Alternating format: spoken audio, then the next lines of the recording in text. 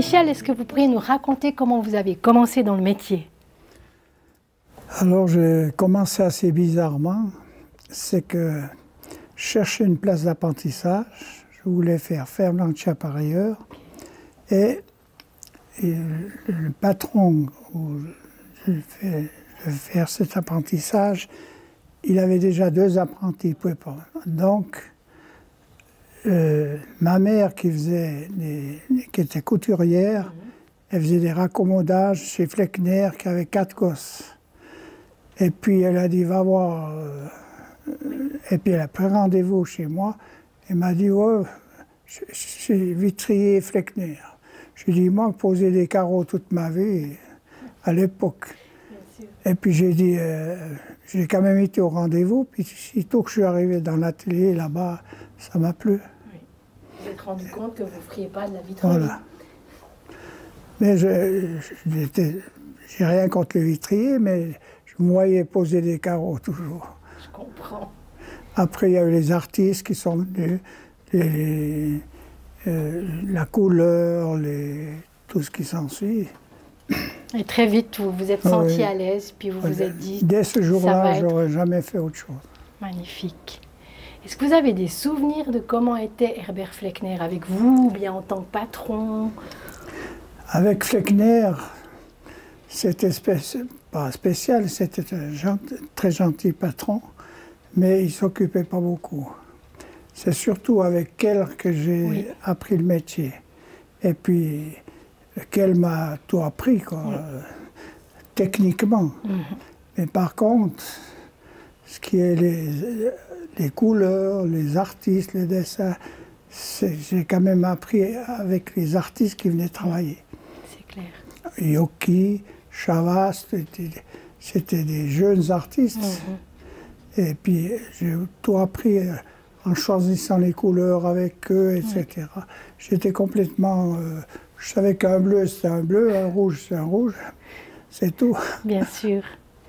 Est-ce que vous vous souvenez si à l'époque de ces premières années d'apprentissage et de pratique, Herbert Fleckner parlait de son père et de l'atelier Kircher-Fleckner? Alors, Fleckner, il parlait très peu des artistes. On ne parlait pas beaucoup ensemble. Il était plus souvent autour des bagnoles que... Mais par contre, Keller a travaillé avec... lui, il me parlait de Vincent Kirsch, etc. C'est comme ça que j'ai su, par Yoki un jour, qu'à mes 50 ans, ma sœur a offert une page de la Liberté de l'époque, et Vincent Kirsch, qui a fait tous les vitraux de la cathédrale, avec Méofer, est mort le jour où je suis né, en 38. 38, ça c'est incroyable. Ouais, c'est un signe du destin. Et moi, j'ai fait tout le reste des vitraux de Mansur. Oui, oui. La boucle était bouclée, en quelque sorte. Est-ce que vous pouvez nous raconter, enfin, quelles sont les raisons qui ont fait que vous avez décidé de prendre votre indépendance après quelques années chez Fleckner? Je voulais déjà partir à mon compte quand on a fait les vitraux de Nazareth en dalle de verre. Je devais aller les faire là-bas. Et puis, il y a eu la guerre des 6 jours. J'étais en train de les faire d'abord. Et ils ne donnaient pas de permission de travailler. Alors, à ce moment-là, j'aurais fait venir des dalles, j'aurais exécuté là-bas. Heureusement que ça ne s'est pas passé comme ça, parce qu'il ne faut plus parler de... Mais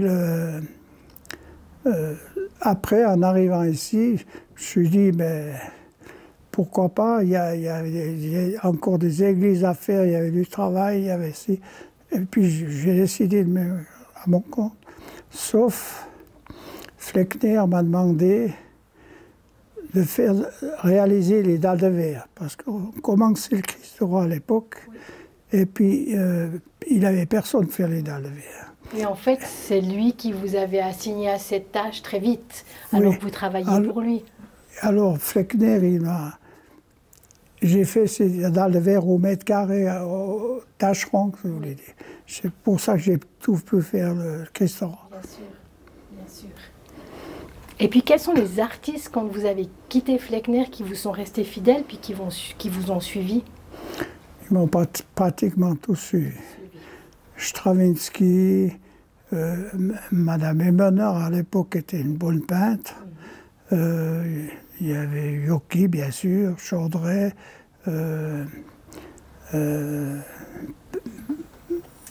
Pello, conduit Pierre Choilet, bien sûr. Oui. C'était un copain, parce qu'il avait fait l'apprentissage chez Fleckner, mais comme peintre verrier. D'accord. Ouais. Et puis, est-ce que vous pouvez nous raconter votre rencontre avec Yoki? Ma rencontre avec Yoki, ça a été tout. Moi, j'étais tout jeune, et puis lui, comme artiste, était aussi jeune. Il venait d'arriver de Paris, et puis tout de suite, il m'a pris sous son aile. Son aile, oui. Et puis après, il y a eu Chavas. Alors Chavas, c'était un grand personnage, et puis ça a commencé comme ça. J'ai commencé avec de bons artistes. Oui, ce qui était une chance pour vous. Ah oui, bien sûr. Bien évidemment. Et puis, comment est-ce que vous pourriez qualifier cette collaboration qui est devenue finalement une amitié? Enfin, quelles étaient vos relations? C'était une immense relation. J'allais souvent à l'usine avec. Au début, j'allais acheter des verres à l'usine en France. Et bon, j'arrivais pas à le tutoyer. J'arrivais pas à le tutoyer. Puis un jour, on s'est arrêté sur la route. Il m'a dit, mais là, on va boire un verre. Commence à me tutoyer. Il a insisté là-dessus. Puis après, ça a commencé. J'avais un respect pour lui. Puis... Oui, parce que vous aviez quoi, un peu plus d'une quinzaine d'années de différence? Oui, il était de 22, moi je suis 38. Oui. Oui. Et puis, est-ce qu'évidemment, à l'époque, en 1953, quand vous avez commencé à travailler avec lui, jamais vous auriez imaginé que vous alliez collaborer ensemble jusqu'à sa disparition? C'est une chose incroyable quand même. Pas du tout. Oui. C'est la vie qui a voulu ça. C'est une chance pour moi, aussi pour lui qui est arrivé à un certain âge. Et puis on n'a jamais eu d'histoire, ni d'argent, ni de... Vous savez, des fois on doit faire un devis. Le verrier et l'artiste, ils veulent... Alors on sait toujours, on n'a jamais eu d'histoire. C'est devenu véritablement une amitié profonde entre vous. Un vieux couple. Oui. Oui. Et puis, qu'est-ce que pour vous, Yoki représentait en tant qu'artiste verrier? Oh, Yoki, on représentait beaucoup, mais disons, moi j'étais jeune, hein, puis je me rappelle une chose, il avait l'atelier à la Grande Rue. Et puis, j'ai été une fois à son atelier, il m'a dit, mais choisis un tableau. Il en avait deux. Je pouvais choisir, j'en ai pris un, il est là au Carnottière. Ouais. Il avait un bon cœur avec tout le monde. Ouais. Et puis même beaucoup d'autres artistes. Hein. Mais là, c'est un lien de jeunesse presque déjà. Oui. Oui, puis je pense que c'est une amitié qui a forcément évolué à travers les années, à travers vos On a fait beaucoup, collaborations. On a des voyages, souvent à l'usine, on a travaillé en France. On avait toujours... il aimait le bon coup de rouge. Comme vous. Comme moi. Comme nous. C'est lui qui m'a peut-être formé. Comme j'ai formé Christine aussi à ça. Et à côté de Yoki, évidemment, vous avez collaboré durant toute votre carrière avec des artistes d'envergure internationale, que ce soit Magnessier, Le Maule, Bazaine, Castro. Vous pouvez un peu nous raconter comment ces rencontres se sont faites, ou s'il y en a une qui vous a marqué plus qu'une autre? Oui, il y en a une qui est très importante. C'est la rencontre avec Magnessier. Le chanoine Foulques avait dit à Mancier, écoute, j'ai un jeune verrier à Fribourg, tu pourrais collaborer ensemble. Et puis c'était pour le Saint-Sépulcre. Oui. Et puis, Mancier a dit, c'est la première fois, mais je vais essayer. Comme c'est un vitrail spécial Saint-Sépulcre, ouais, Il avait son verrier attitré, en fait. à Chartres, chaque artiste, ils ont. Alors, quand il est venu à Fribourg, il posait les vitraux de Pontarlier. Il est venu jusqu'ici. Et puis moi, j'avais été opéré des amygdales. La semaine, puis j'ai dit à Chantal Fou, mais je peux pas parler. Ah, mais ma foi, il vient. C'était pour lui, pour Chantal Fou, c'était. Puis il est venu. Et puis j'ai préparé des couleurs d'après la maquette que j'avais, tout ça, puis on a travaillé ensemble. Puis à midi, j'ai mangé avec lui. Et puis en allant du côté de Bellechasse, sur la route, je le conduisais à Neuchâtel, puis lui allait à Pontarlier. Il m'a dit, je suis content. Puis tout d'un coup, je lui dis, mais pourquoi? Et puis il me dit, eh bien, j'ai trouvé mon verrier en Suisse. En travaillant une demi-journée avec lui.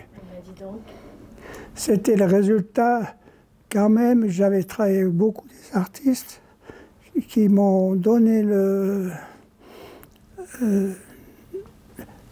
l'idée des couleurs. Voilà. J'ai travaillé presque avec une centaine d'artistes, avec Fleckner et moi, dans l'ensemble. Rarement une histoire.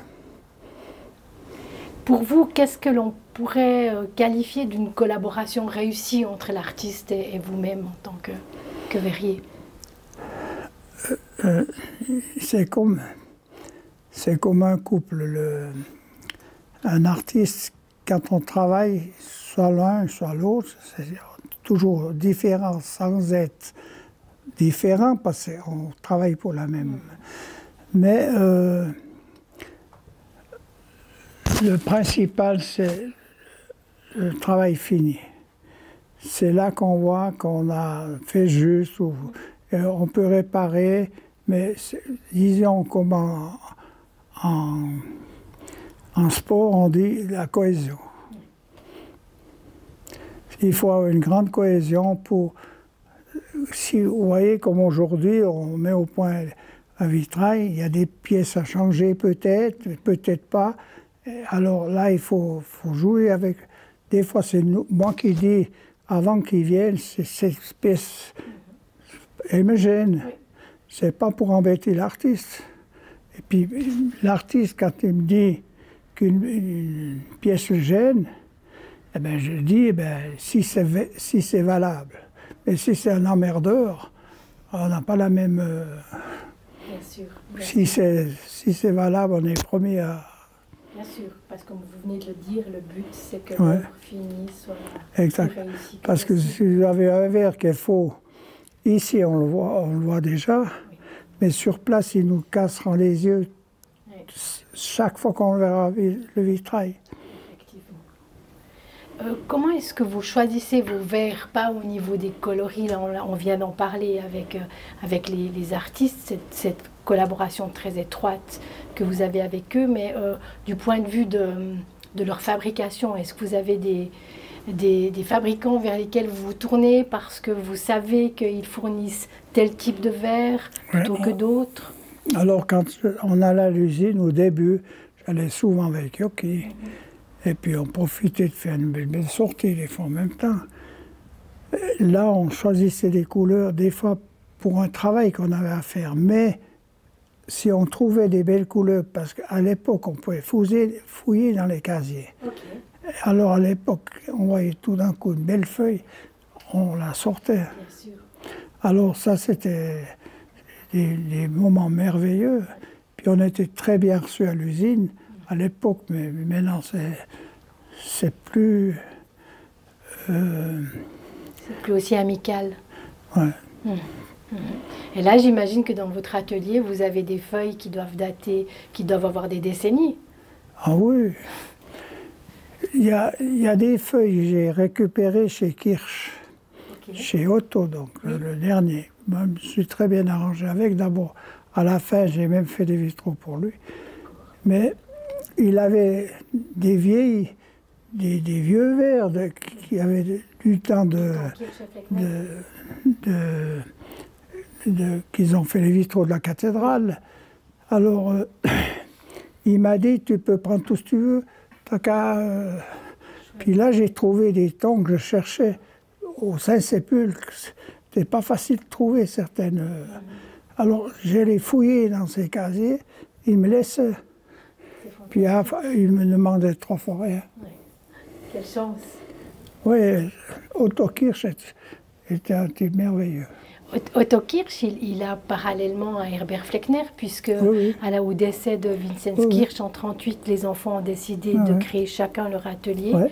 Et vous savez si à l'époque il y a eu le fait qu'ils aient décidé de se séparer, est-ce qu'il y a eu peut-être des tensions au départ, mais qui ont perduré au travers des années, ou est-ce qu'il y avait un cordial respect entre eux?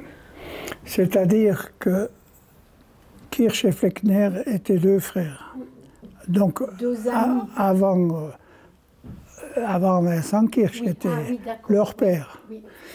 2 frères, alors, ils ont décidé de se séparer.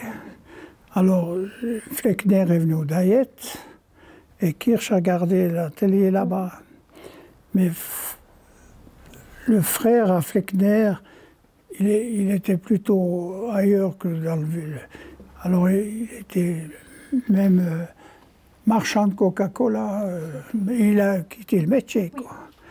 Alors, Fleckner est resté seul. Mais Fleckner a eu la présence d'esprit de prendre le meilleur ouvrier qu'il y avait chez Kirsch. C'est ça que Kirsch m'a dit lui-même. On a regretté de laisser passer. Bien sûr. Alors j'ai eu la chance. Ouais. Maintenant, si on parle un tout petit peu d'autre chose et qu'on vient vers le musée, puisque on va fêter cette année le 40e anniversaire du musée du vitrail, et je sais que vous avez été appelé par Yoki et le docteur Fazel, qui sont à l'origine de la création du musée. Et vous pouvez nous raconter un tout petit peu comment ça s'est fait, quels sont vos souvenirs de la naissance de ce musée, quand même, sur un thème si particulier, unique au monde, en tout cas à l'époque. Alors, docteur Fazel, qui était contemporain avec Yoki, ils étaient du même âge, presque de la même heure. Il a dit à Yoki, il disait, j'aimerais faire quelque chose avec le château de Romont, il n'y a rien qui se passe, mais j'ai pas envie qu'on va exposer des fourches, des trucs comme ça, textuellement comme je vous le dis. Et puis Yoki tout de suite lui a dit, mais fais un musée du vitrail. Et puis, ah oui, c'est une bonne idée. Puis ils sont partis en guerre, mais ils n'avaient pas d'argent. Et puis comme collaborateurs, je parle des 2 patrons si on veut, c'était Jean-Christophe Eby et puis moi. Parce que Jean-Christophe Eby avait du talent pour monter les expos, pour même mettre la musique. Ah, il était remarquable. Alors, on était les sous-fifres, quoi. Par contre, on a été chercher des vitraux de gauche à droite, parce qu'il n'y a pas de moyen de s'en payer. Hein. Il fallait créer une base de collection. Même en France, on a été chercher des vitraux. Et puis à la douane, c'est Fazel, des merdes. C'était des bons moments. J'imagine. Ouais. Et comment, pour vous, je pense que c'était heureux finalement d'imaginer que non loin de votre atelier, on allait créer un musée qui serait dédié à votre art. Je pense que ça a dû à quelque part vous toucher. Oui, je ne me rendais même pas compte qu'il y aura des... À l'époque, c'est dès le début, on ne sait pas comment... Bien sûr. Oui, ce que c'est. Oui, comment ça allait pouvoir évoluer. Le vitrail aujourd'hui est encore un art vivant ou est-ce que c'est un art qui se meurt? Alors, mourir, en tout cas pas, parce que vous connaissez les cathédrales et tout ce qui s'est passé dans le vitrail, c'est depuis des siècles, donc il n'y a pas de raison que ça quitte. Par contre, on fait moins d'églises, des temples ou n'importe, c'est clair qu'il y aura moins de travail dans ce domaine-là. Mais vous ne vous rendez pas compte ce qu'on fait pour le privé. Parce qu'à l'époque, le vitrail, c'était les églises. Un qui mettait un vitrail dans sa maison, ça passait pour une église. Okay. Ah, je me rappelle un type qui a construit sur ma trame. L'architecte lui a dit, ah là, tu devrais mettre un vitrail. Oh, je ne veux pas une église. Et quelques temps après, c'est lui qui a demandé de mettre un vitrail. Donc les mentalités ont quand même quelque peu... Et puis dans le privé, on a fait même les dancing, les écoles,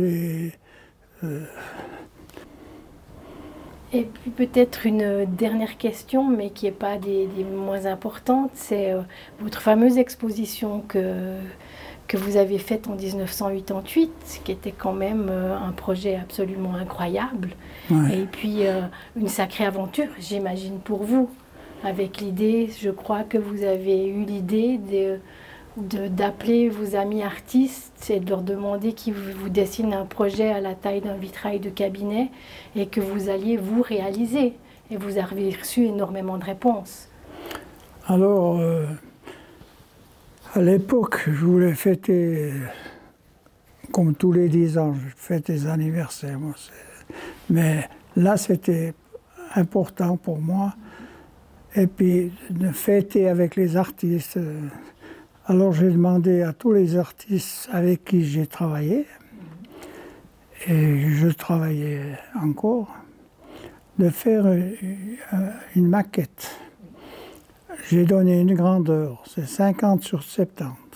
Ils pouvaient le faire en largeur et en hauteur, mais c'était donné. Parce que je ne voulais pas faire trop petit des vitraux, parce que suivant qui n'aurait pas été à l'aise de faire une maquette. Tandis 50-70, ça correspondait, à mon avis, comme une litho. Alors tout le monde, ils m'ont tous répondu, 30 artistes, 31 même. Et donc 31 vitraux à réaliser dans un laps de temps très court. Oui, c'est jour et nuit. Et là, vous avez dû demander un peu d'aide? J'étais plus jeune et puis... Oui. Puis c'était un sacré défi. Et, ouais. Il n'y avait pas le choix, hein. Après il fallait y aller. Et puis, cette exposition qui a réuni tous ces vitraux a eu finalement, enfin les œuvres, les vitraux ont eu une suite heureuse, oui. Puisque monsieur le dentiste Moron a eu la riche idée et la générosité d'acheter l'ensemble des vitraux. Alors il passait tous les jours là, il habitait en dessous là. Oui. Et puis un jour, j'avais été à l'école un peu avec, mais parce que j'étais au cours supérieur, lui était au cours moyen, machin, mais dans la même école en tout cas. Et puis en passant là, un jour, il me téléphone, il me dit, mais où bien il est passé, je crois. Puis moi j'étais en plein travail, je travaillais, préparer l'expo, bien sûr. Et puis j'avais pas de temps à perdre à discuter. Mais non, amicalement, je lui dis, mais il me dit, c'est à vendre ça. Mais tu te rends compte, je lui ai dit, ce que ça coûte. Il y a 30 artistes. Chaque artiste demande le prix qu'il veut. Là. Alors, j'avais prévu que l'artiste demandait son prix. Oui.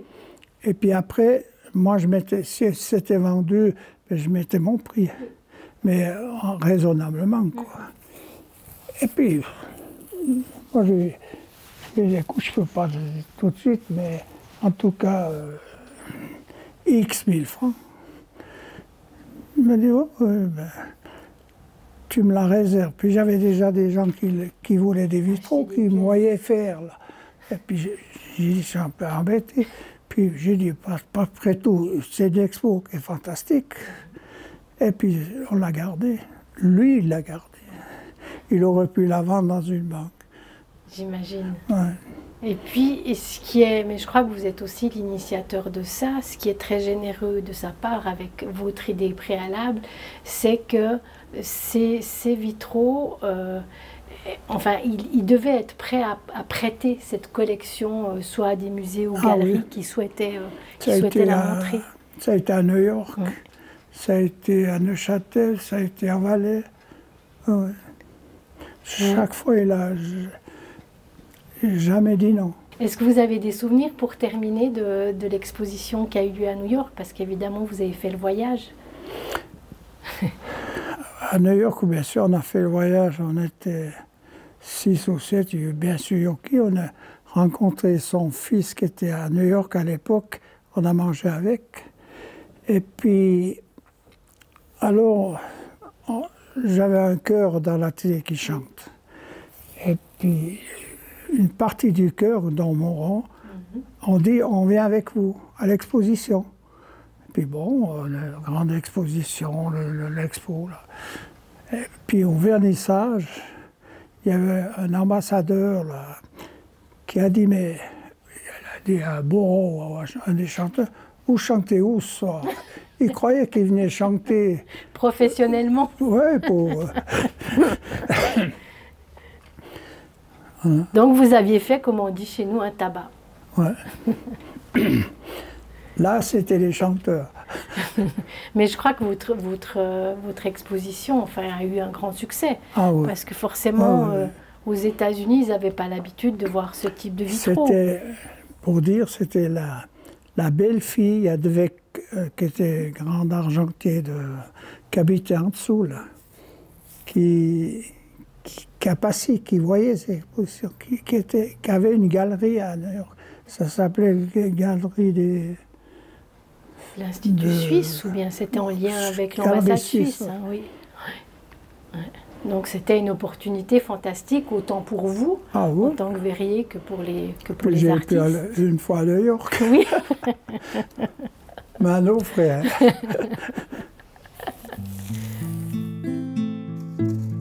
Plus clair, plus foncé.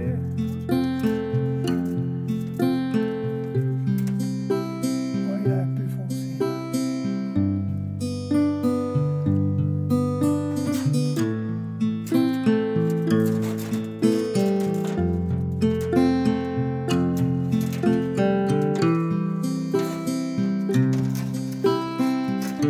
Oui,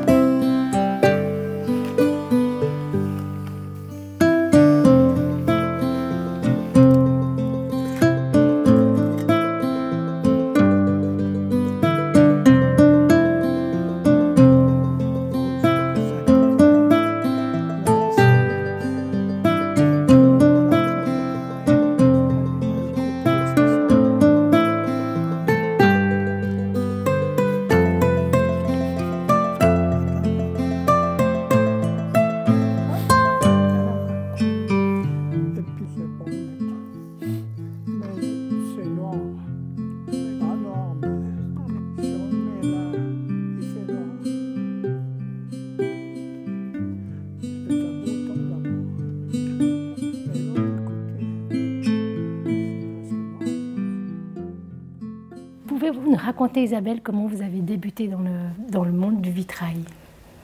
Le monde du vitrail, j'y étais habituée depuis mon enfance parce qu'on allait beaucoup dans les églises. J'avais une mère qui était artiste peintre, donc j'aimais le vitrail. Et quand j'ai eu l'occasion de connaître Albert Chavas, j'ai naturellement, auprès de lui, eu la connaissance souvent pratique du vitrail, de comment on travaillait un vitrail. J'étais celle qui faisait les agrandissements au carré, à l'époque, on faisait des agrandissements au carré. Et on faisait des calculs, on reprenait 1000 fois ces calculs parce qu'on n'était pas très fort en maths ni l'un ni l'autre. C'était des belles occasions de rire. Et par cela, j'ai été familiarisée vraiment avec le vitrail.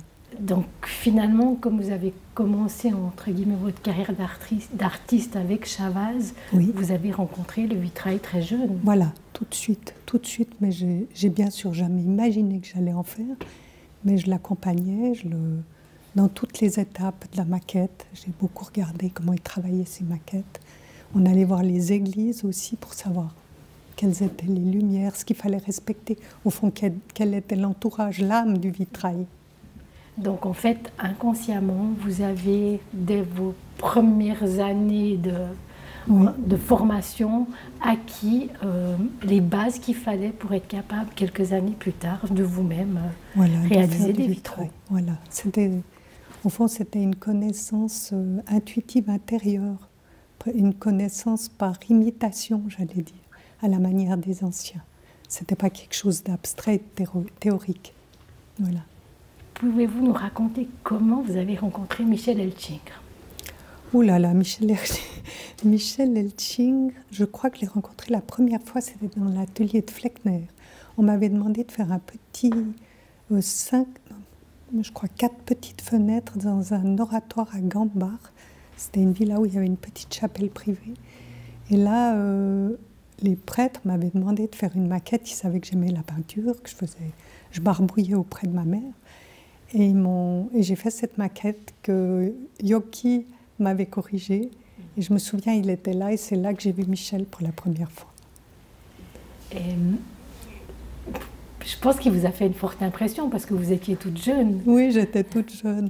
Mais là, je me souviens moins bien de Michel parce qu'il n'était pas seul. Il y avait beaucoup de monde, j'étais impressionnée. Alors la deuxième fois, c'était chez lui. C'était ici. J'avais dû faire un vitrail pour le Midi de la France. Puis c'était mon premier vitrail figuratif avec la patine. J'avais dû apprendre à peindre la patine. Et là, j'étais terrorisée. Michel est quelqu'un de gentil, mais j'étais terrorisée. Je ne comprenais rien. Je ne savais pas ce que c'était que le choix de verre. Je le savais, comme je vous disais, parce que Chavas m'en avait beaucoup parlé. Je l'avais très peu accompagné. Mais je savais comment ça se passait, mais comment est-ce que je vais comprendre la différence? Quelle est la différence entre ce gris et ce gris, ce bleu et ce bleu? Et Michel était là, patient, avec un regard tranquille. Il avait l'art de vous faire croire que vous étiez pas trop bête et puis que vous voyiez très bien les couleurs que vous ne voyiez pas du tout, parce que vous n'aviez pas l'habitude de cette finesse. Et puis il était encourageant, il était vraiment très sympathique et petit à petit ma terreur s'est calmée. Et donc c'est ce qui fait que quelques décennies plus tard, vous travaillez après, toujours ensemble. Voilà, non, alors j'aurais pas pu. Et je dis toujours à toute personne qui me demande de travailler pour une église ou une maison et tout, la base c'est je dois travailler avec Michel Elchingre. Alors l'apport du verrier pour l'artiste, c'est quelque chose d'essentiel. On parle toujours de l'artiste qui a fait tel et tel vitrail, mais je trouve que c'est tout faux. L'artiste est là, bien sûr, il a l'intuition de départ, il a la maquette, il donne l'élan, enfin l'image, si vous voulez, du vitrail, mais l'œuvre se fait à trois. Et comme l'artiste est quelqu'un qui est toujours seul à se battre avec la matière, avec la lumière qu'il veut dire, et pour ça il a les couleurs de l'aquarelle, la matière du papier, il a l'huile où il y a un combat encore plus long, beaucoup plus est plus dense et plus intense. Et puis, partout, il est seul, il est son seul juge. Quand j'arrive dans l'atelier du maître verrier, nous sommes 2, nous sommes 3, et ensemble, nous regardons, nous choisissons, nous affrontons cette nouvelle matière, et eux m'apportent une connaissance que je n'ai pas. J'ai l'habitude de triturer la couleur, de l'amener, moi, d'être le tyran de la couleur pour l'amener là où je la veux, et tout d'un coup, la couleur m'est donnée directement. C'est quelque chose de frontal. Le rouge à côté du jaune, le jaune à côté du vert, le vert à côté du bleu. Chaque couleur devient elle-même en fonction de son voisin. Et c'est cette rencontre de force et de nuances que m'apporte le verrier. Et c'est un travail d'équipe, ce qui est quelque chose d'essentiel, parce qu'il y a beaucoup d'amitié, il y a beaucoup de confiance, il y a beaucoup de liberté aussi, il y a des affrontements, et les affrontements, c'est toujours ce qui nous fait préciser la chose jusqu'au bout, parce qu'on n'est pas les seuls à avoir raison, on est 3 à chercher, et c'est un regard beaucoup plus riche. Et est-ce que quand vous venez à l'atelier, vous me parliez de doutes tout à l'heure, est-ce que vous savez que ces doutes vont s'estomper du moment où les échanges avec les 2 verriers s'installent? Oui, c'est vrai. J'ai toujours le trac. Le vitrail, c'est toujours mon premier vitrail. Je suis moins tétanisée que quand j'étais toute jeune, parce qu'il y a quand même l'expérience qui vous donne une certaine paix, une certaine tranquillité, mais j'ai toujours la trouille. J'ai peur de la première minute, j'ai peur de la page blanche, j'ai peur de la maquette que je fais, j'ai peur ici quand je vois ce qu'il y a à faire, cette montagne à franchir, c'est chaque fois l'Himalaya. Et puis j'ai peur aussi parce que jusqu'à la minute de la pause, je ne sais pas si j'ai choisi juste, si la lumière est respectée, si les couleurs et les rythmes, parce que pour moi c'est absolument important, le rythme, le mouvement que je mets dans mon vitrail. Je suis extrêmement sensible à ça. Ça bouge, ça doit bouger, ça doit vibrer, ça doit être vivant. Et donc, ils me calment, mes 2 amis, mais ils sont... Oui, parce que j'ai l'impression que si je me suis plantée, c'est aussi un petit peu de leur faute. Ils auraient pu me corriger. Ça me donne une certaine possibilité de souffler. Une certaine forme de respiration, voilà, et de partage des responsabilités. Exact. Oui. Et puis, est-ce qu'après tant d'années de pratique, les doutes sont toujours les mêmes, apparemment, qu'au début? Ah oui. Ouais. Ça, je crois que malheureusement, je ne changerai jamais. Mais c'est aussi un moteur, hein. Parce que je pense que la personne qui est entièrement tranquille et contente d'elle, elle va peut-être moins prendre des risques. Et je pense que la peinture, l'aquarelle, tout métier artistique est un risque. On vit sur la corde raide et puis on avance comme des somnambules. Et puis, qu'est-ce que l'art du vitrail vous a apporté en tant qu'artiste, puisque vous pratiquez, comme vous venez de le dire, l'huile, l'aquarelle, la tapisserie? Est-ce que ça a changé votre perception de votre art en général? Je pense que ça m'a changé. Je pense que je me rends compte que ça a changé quelque chose à mon regard. Parce que j'ai appris à être peut-être plus courageuse, plus folle, parce que justement j'ai affaire à cette matière qui m'échappe et puis qui est fulgurante, qui vous maîtrise toujours. On n'est pas le patron de la lumière, hein. Et quand je me rends compte maintenant que quand je regarde un paysage, j'ai toujours ce déclic de la lumière. C'est étonnant. Et je m'apercevais en septembre, j'étais fascinée par la pinède en Toscane, que j'aime beaucoup. J'aime beaucoup ces arbres avec juste la lumière. C'est très vitrail, en fait. Il y a la structure des arbres noirs et puis il y a ces lumières qui dansent. Et ça, c'est des espèces de flashs que j'ai dans mon regard maintenant, partout où je me promène, surtout dans les arbres et la forêt qui sont ma passion, qui a cet aspect très contrasté de la lumière et du vitrail. Mais c'est jamais un tableau, une aquarelle n'est pas un vitrail, on est d'accord. Mais c'est plutôt l'audace du regard, la manière de regarder les choses. Et puis, comment percevez-vous le vitrail aujourd'hui? Parce que les choses ont énormément changé. Alors, je me demande aussi où on va aller.